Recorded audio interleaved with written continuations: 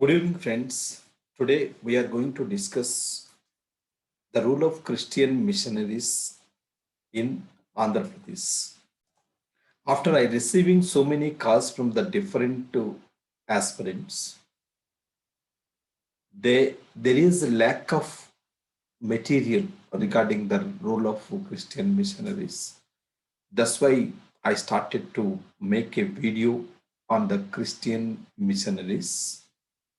So, going to the discussion of the Christian missionaries, we have to know the two angles of the Christian missionaries. One is a positive angle, another one is the negative angle.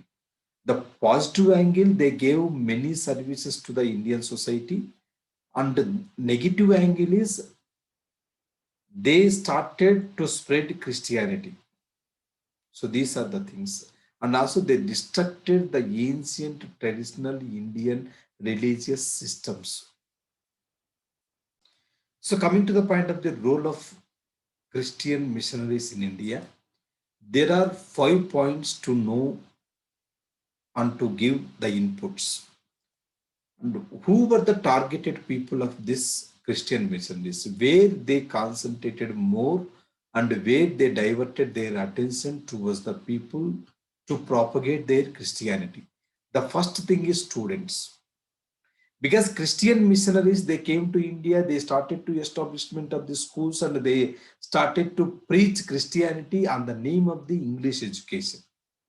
So this is the targeted one, schools and students. So the English medium, through the English medium, they propagated Christianity. And another one, weaker section of the people, those who were excluded from the society, and also the people, those who were weaker section of the society, they concentrated, and they, on the name of the development, on the name of the upliftment of the weaker section, they started the propagation of Christianity and the conversion of the Christianity. Services, another one is services during the time of the famines and the natural calamities. They went to the famines areas and natural calamity areas. There they gave services, and there they started to preach the Christianity. People, they would convert into the Christianity. And another thing, prisoners. Christian missionaries, with the help of the Indian officers, government officers, they took the help of the government officers, and then they went to the prisons, jails, and they spoke with the prisoners. Prisoners were converted into the Christianity. So these 4 points. One is the schools, establishment of the schools. Another one is the weaker section of the society, and another one is services during the famines and calamities. Another one is prisoners. By taking these 4 areas, you can write your own essay. Yes, coming to the point of the introduction and what are the inputs to write and to elaborate the question, answer to the question. Coming to this point, Christianity entered into in India in the medieval period. After that, 5 European companies, they came to India for the purpose of the trade and commerce. They established their colonies in India. They started trade initially. Latter period, they entered into the Indian politics with the help of the local rulers. And initially, European companies, they committed wars. They came to the wars. They recurred wars among the European companies and European companies. Finally, all the European companies were defeated by the British East India Company. British East India Company also waged wars with the Indians. So by the 1800, British East India Company occupied the complete Andhra Pradesh. At the time of the Nizams, originally during this period, Andhra was under the control of the Nizams. So Nizam, by 1765, Nizam gave Sarkar divisions to the British. And 1786, British, they occupied Guntur, Nellore, Chittoor areas. And by 1800, British East India Company, they occupied Rayalaseema on the name of the subsidiary alliance system. Like this, complete Andhra Pradesh fell under the control of the British. So then Christianity, whenever it entered into the India in the medieval period, by 1800, British East India Company occupied Andhra Pradesh. But in 1806, William Bentinck, he said to the people, you concentrate on the Hindus and the Muslims. These two are the people to convert into Christianity. He advised to convert Hindus and Muslims into the Christianity. Along with this 1813 Charter Act introduced in India, 1813 Charter Act gave permission to the Christian missionaries to establish their missionary centers in India and also to propagate their Christianity in India. So in 1837, first agent of the Christian missionary, Reverend John Anderson, he established General Assembly schools in the Madras. So Madras government also helped to him. Bible became the textbook in the schools. They started to teach Bible on the name of the English education. So in 1806, Madras Governor Moses of Twiddle, he also supported the Madras government, whatever it included Bible in the curriculum.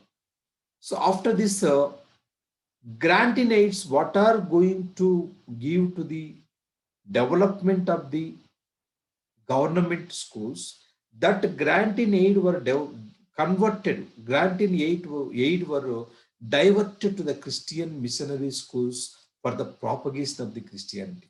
Even though the propagation of the Christianity is not the aim of the British East India Company, but they started along with the other missionaries.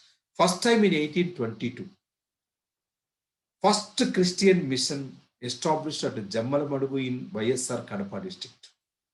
So in 1842, Reverend Noble, he established Noble College in the Machilipatnam. And Reverend Noble, he was considered as the first person who started the conversion of the Christianity in India. 1865, established Christian missionary schools at Visakhapatnam.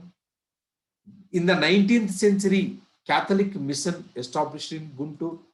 So in 1840, started propagation of the Christianity in the Guntur. In 1876, American Baptist mission established in Vangol. In 1877, they targeted every day 100 people, minimum 100 people to convert into the Christianity. So like this, Christian missionary schools, they started Christianity in India. So this is one thing for the propagation of the Christianity. Next, coming to the point of effect on the Indian society. The first one is the first and foremost effect of the Christian missionary services, English education introduced in India. So second one, they eliminated so many social evils from the Indian society. Third one, they gave services to the downtrodden people in the society, and also they helped to the untouchables. They wanted to eliminate untouchability in India.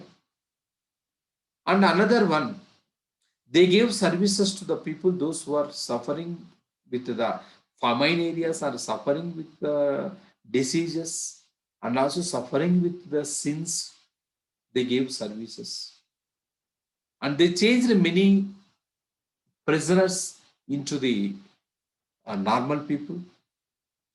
So these are the effects of the Christian missionaries in the Indian society. Whatever it may be, the negative angle is Christian missionaries established for the purpose of the propagation of Christianity, and they damaged the Indian old traditional system because they established churches in the mid of the town, and they also established the burial ground in the mid of the town.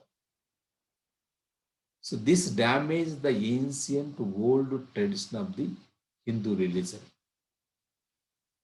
So like this forcible conversions, all these are the negative angles. Positive angles, introduction of the English education, services to the downtrodden people, untouchables, and everything. This is about the Christian missionaries, the role of the Christian missionaries in Andhra Pradesh. So, based on this, you can construct a good answer to the mains examination if this question is occurred. Because whether it is coming to the examination or there is nothing but the people they asked to me to give a good information for this. I tried my level best, and you go for the giving a best answer. Good luck to you for the your examination.